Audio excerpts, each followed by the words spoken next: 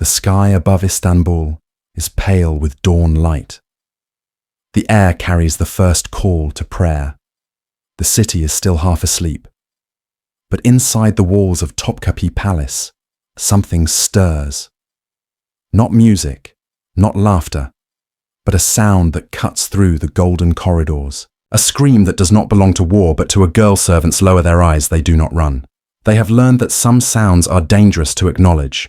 The voice belongs to Princess Fatima Sultan, 15 years old, daughter of Sultan Ahmed I, and today her fate will no longer be her own. The torches tremble against the marble walls.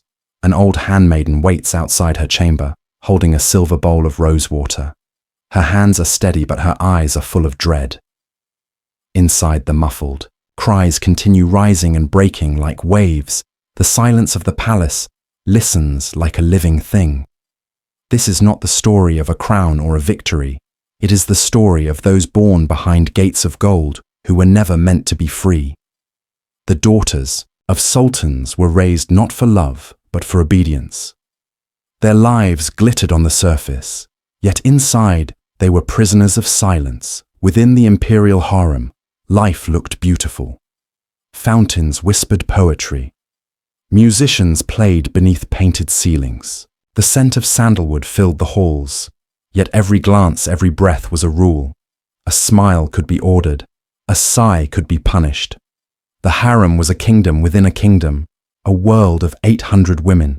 Some were singers, some dancers, some slaves, who dreamed of catching the sultan's gaze. That single gaze could turn bondage into power. But for the princesses, the blood of royalty was a curse.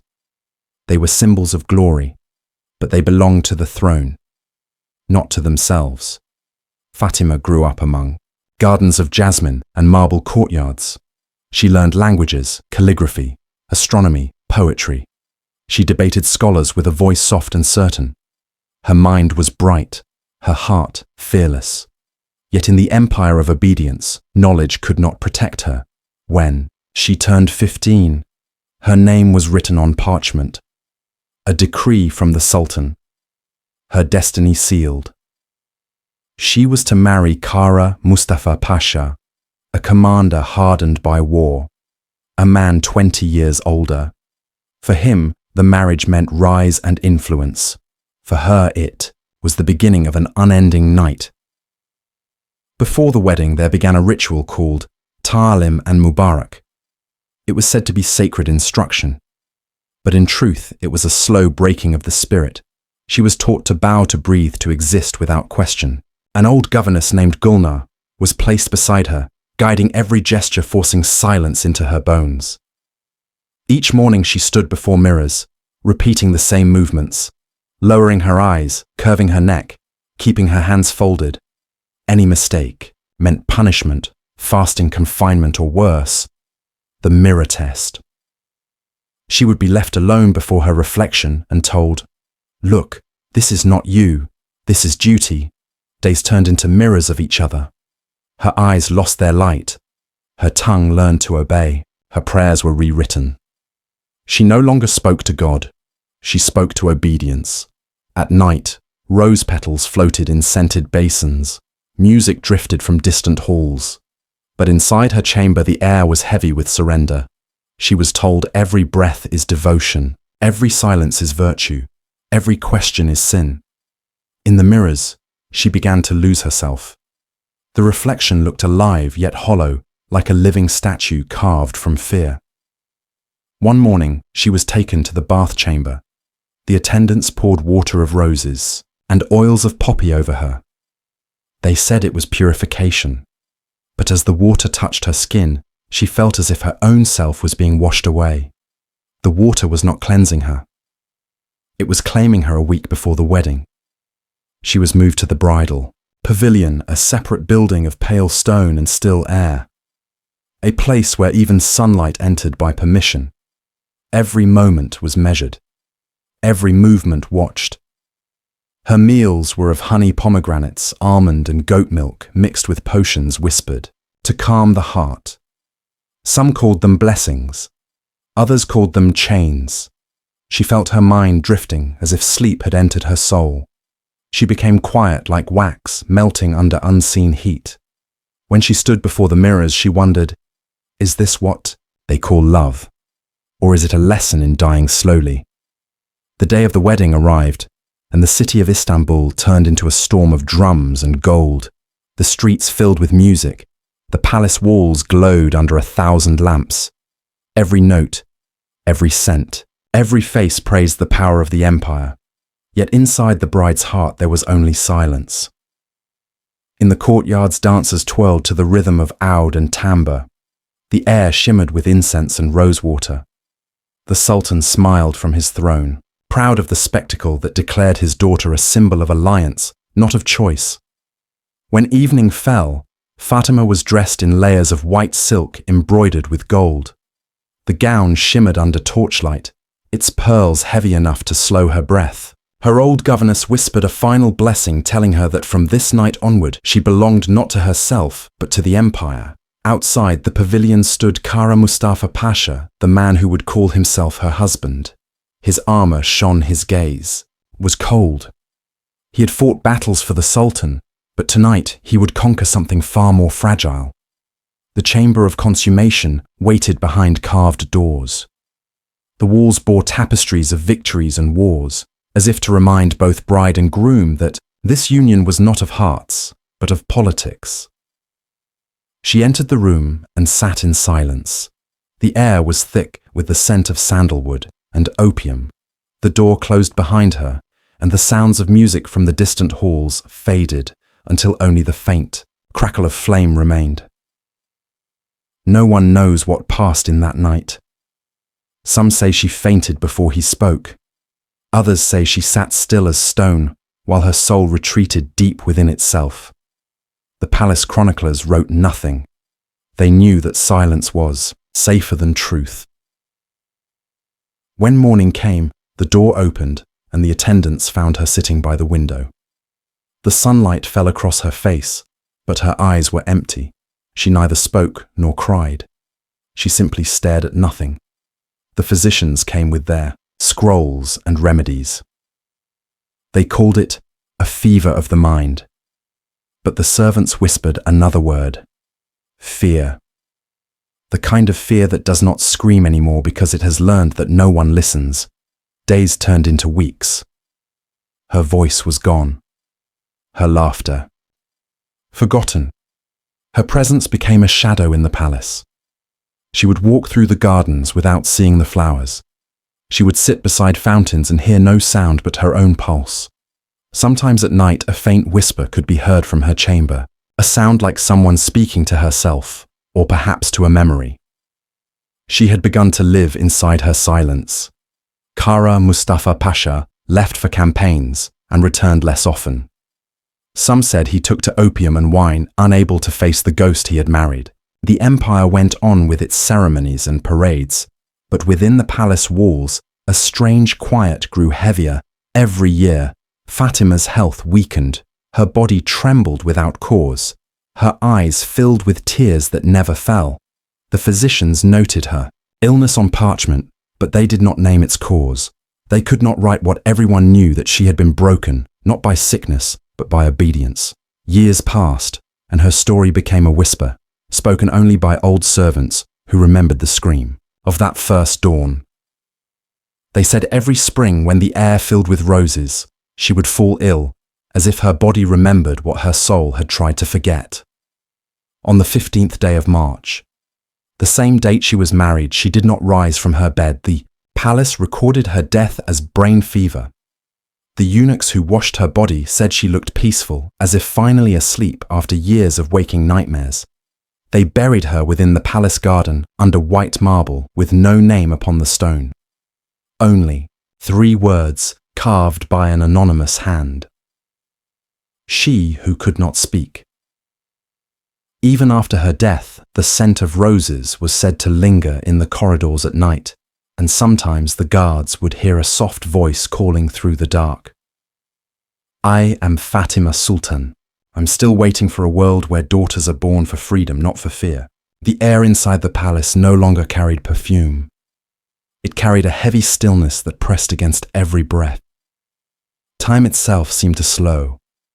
The sun rose every morning, but its light never reached her chamber. Days passed, and the princess spoke. To no one, her lips no longer shaped prayers. Her silence had turned into a wall around her. The maids whispered softly.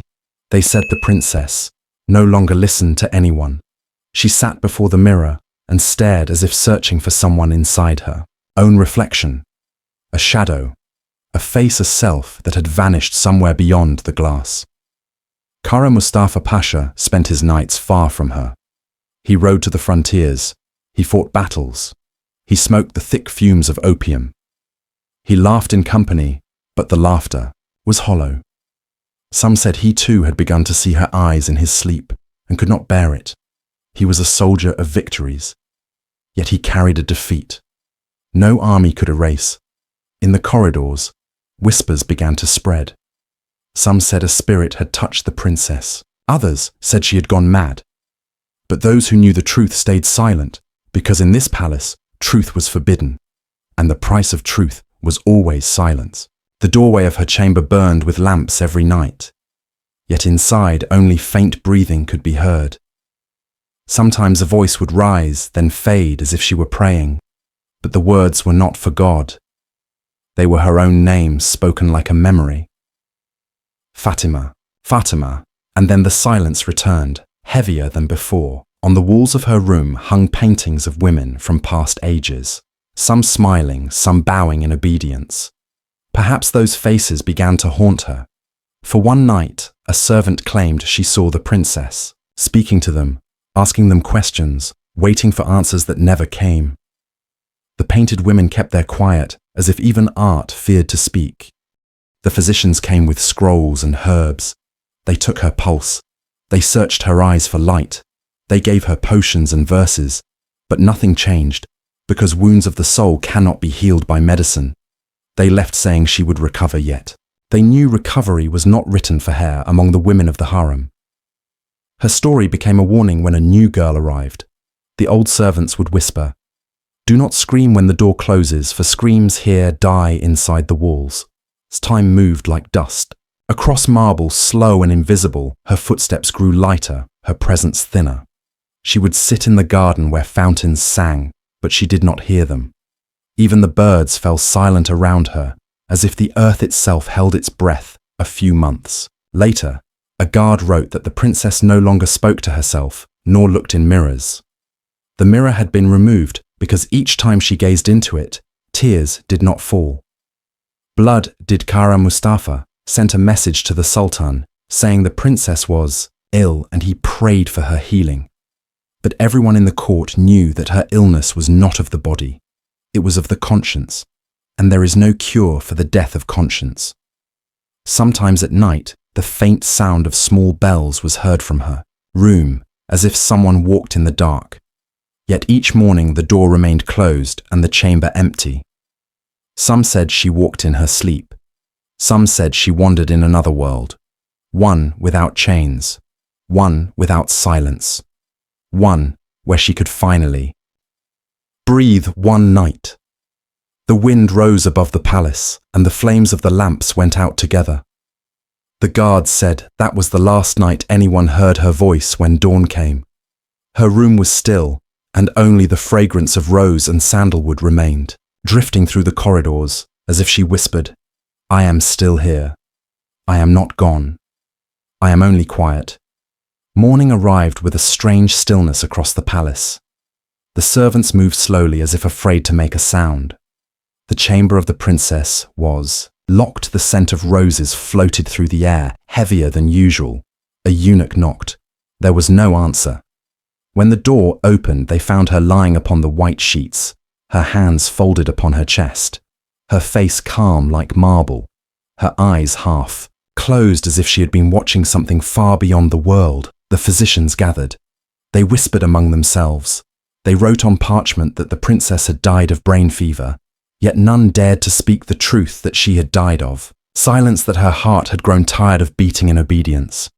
The news spread through the palace, but not through the city, for the empire did not mourn its daughters. They buried her quietly in the garden, beneath the same trees where she once played. As a child, a single stone placed above her head, smooth and pale with no name upon it. Only a short inscription carved by an unseen hand.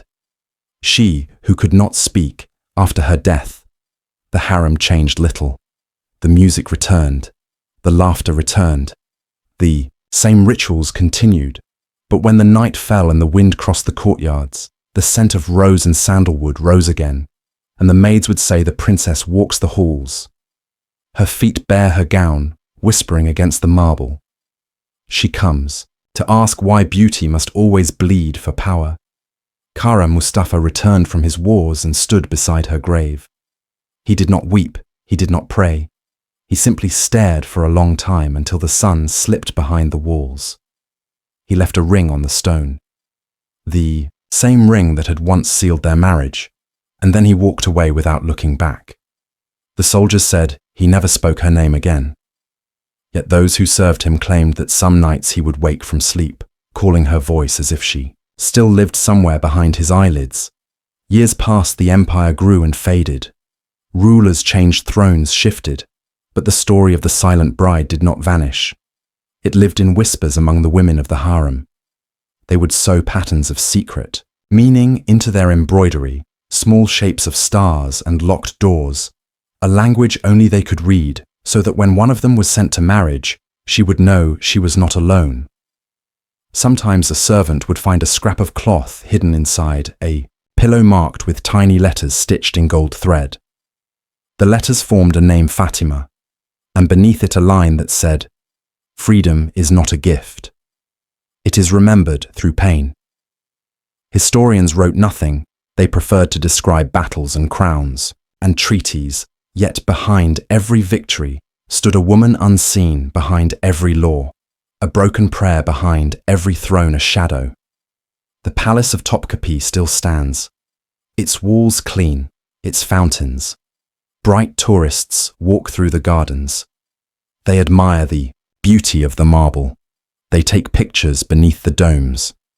But if you listen closely to the quiet, you might hear something beneath the sound of footsteps, a faint breath, a soft whisper moving through the corridors like smoke. It says, "Remember me, not as a princess, not as a bride. Remember me as a voice that was taken but not erased. Remember that silence is not peace. It is the sound of truth waiting to be heard." The story of Fatima Sultan is not just of one girl in a golden cage. It is the story of all who were shaped by power and forgotten by history.